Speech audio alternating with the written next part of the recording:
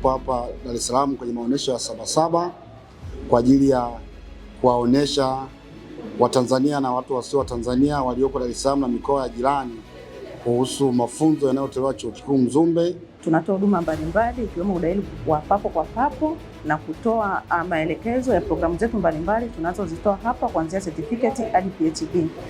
Wakifika tunawaelekeza kozi zetu na programu mbalimbali ambazo tunazitoa kwa maana ya kwanza kujenga ile career guidance.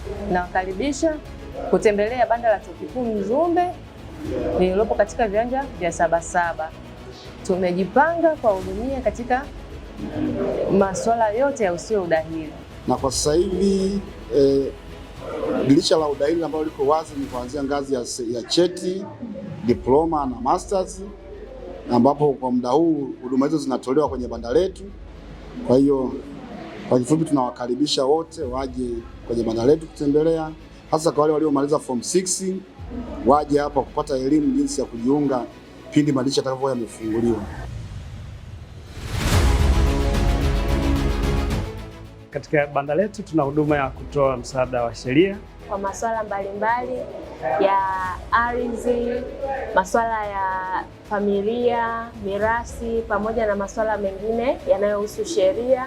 Tunatoa elimu, usuluhishi pamoja na uwakilishi kwa mtu anayehitaji msaada zaidi kwenye masuala ya kisheria. Asanteni sana na karibuni tuwahudumieni.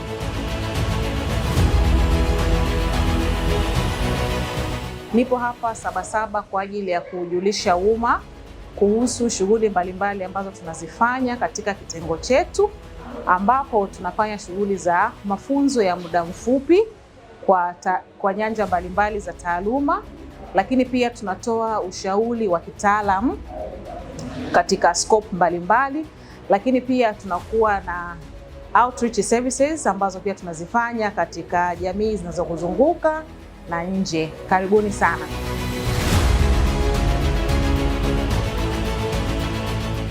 Katika maonyesho haya ya 50 ya Sabasaba tumekuja kuwasilisha mambo mbalimbali ambayo chuo chetu kinafanya, lakini zaidi kuwaomba na kuwaita wahitimu waje kuona fahari ambayo ipo pale Chuo Kikuu Mzumbe.